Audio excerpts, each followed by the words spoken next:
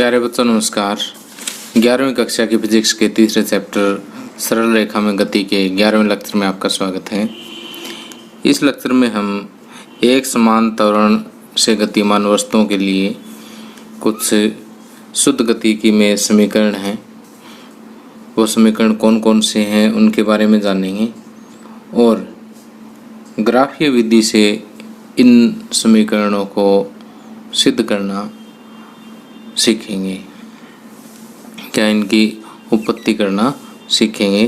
तो सबसे पहले मैं आपको बता देता हूँ कि हमारे पास मुख्य रूप से 3 समीकरण हैं और चौथा समीकरण भी हम इन्हीं से निकाल सकते हैं। तो देखिए कि मान लेते हैं कि यदि कोई एक समान त्वरण से गतिमान वस्तु है, उसका u उसका आरंभिक वेग है,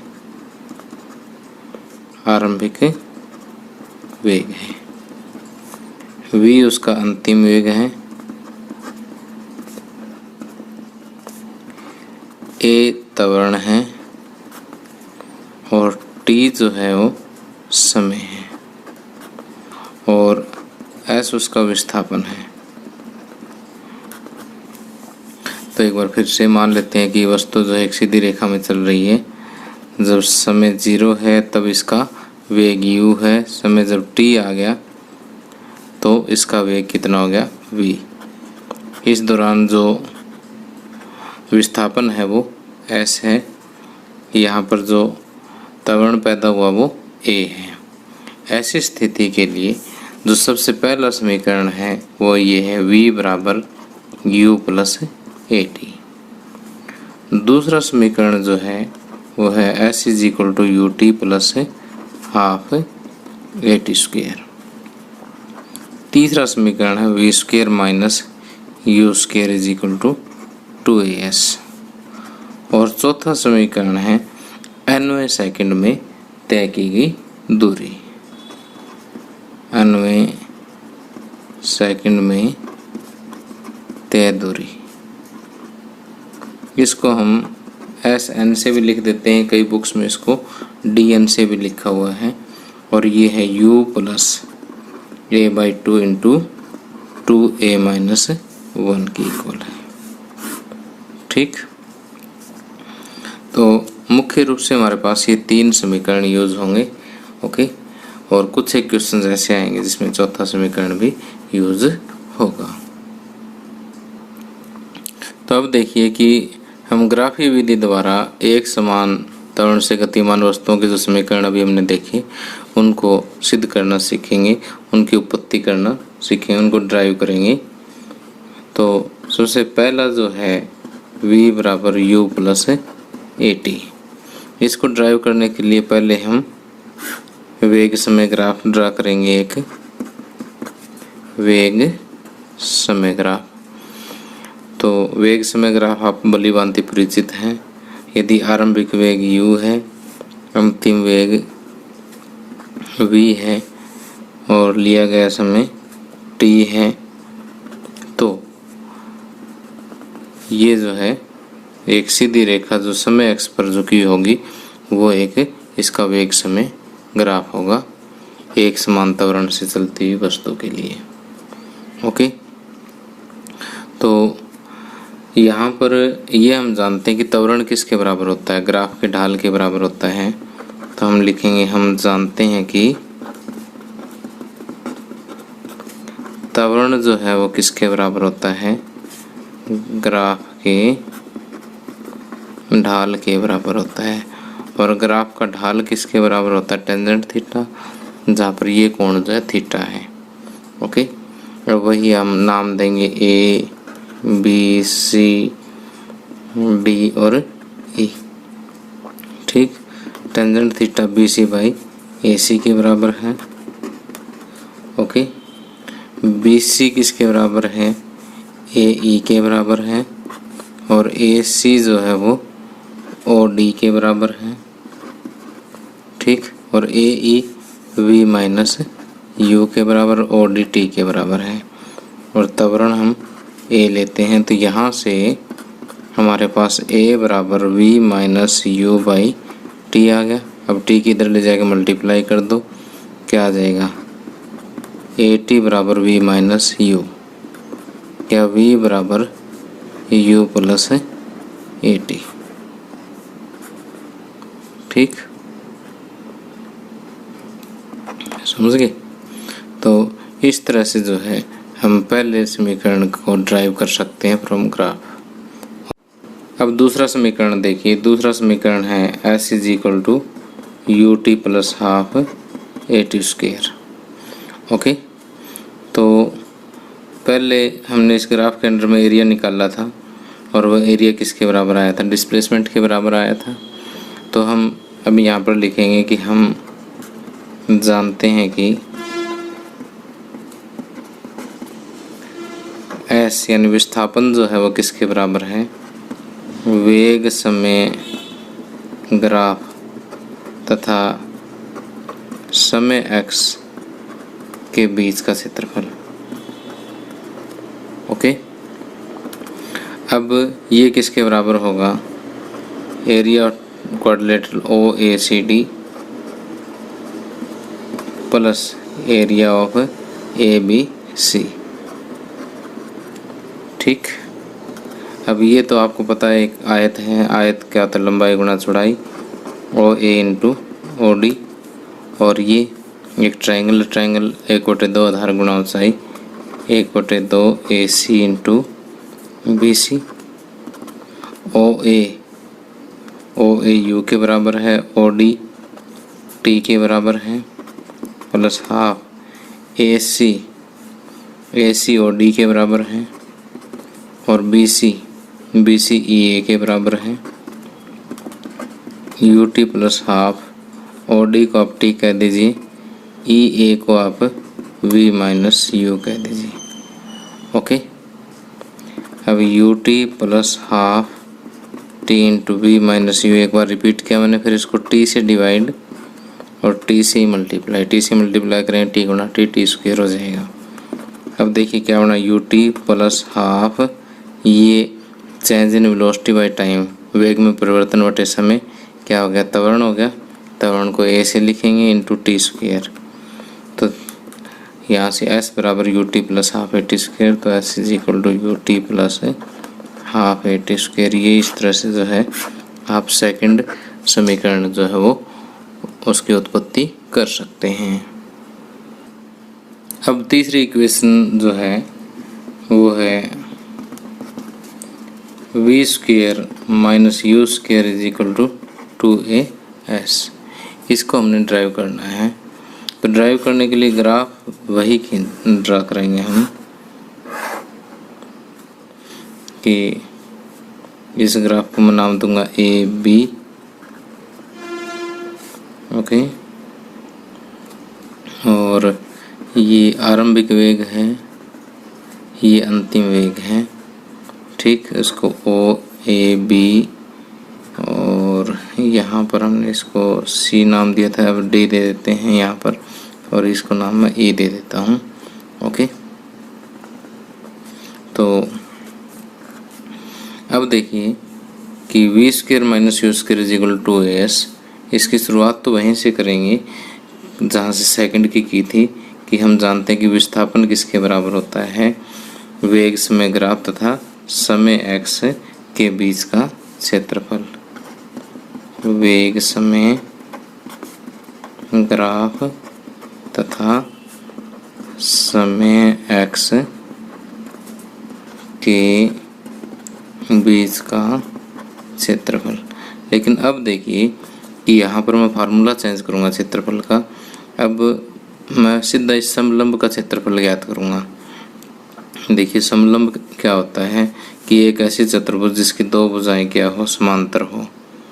ठीक, और एक कोण 90 डिग्री का यहाँ पर है, तो ऐसी चतुर्भुज जिसकी दो भुजाएं समांतर हो, ऐसे चतुर्भुज को समलंब बोलते हैं। समलंब का क्षेत्रफल क्या होता है, समांतर भुजाओं का योग गुणा बीच की लंबवत दूरी। कि समलंब ओ ए बी डी का क्षेत्रफल, ओ ए बी डी का क्षेत्रफल। समलंब का क्षेत्रफल क्या होता है, 1/2 गुणा समांतर भुजाओं का योग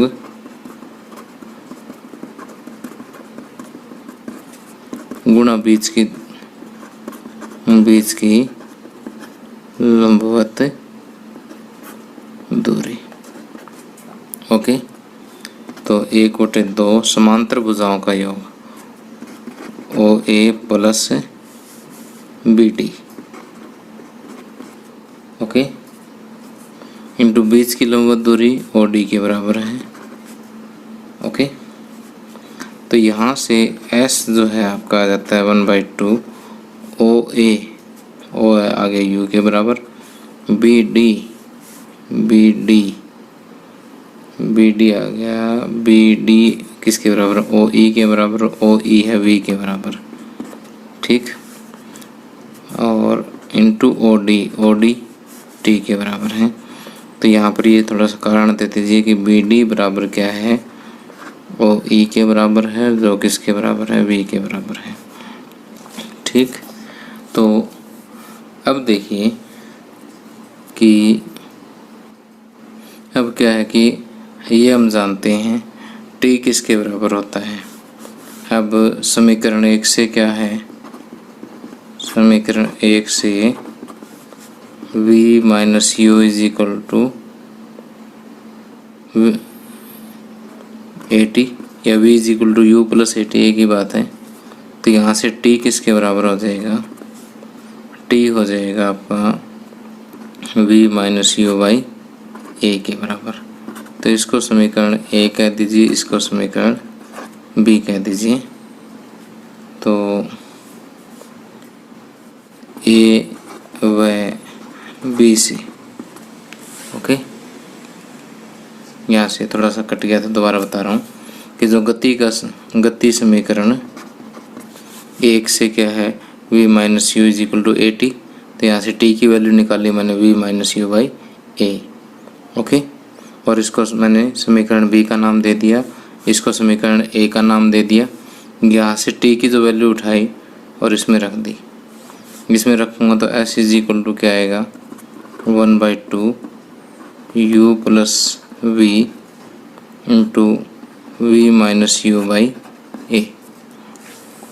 अगले स्टेप में देखिए क्या करूँगा मैं, 1/2 इंटू ये V माइनस U है, इसको V प्लस U लिख लूँ, क्योंकि U प्लस V या V प्लस U में तो कोई अंतर नहीं है, या V minus U by A, okay.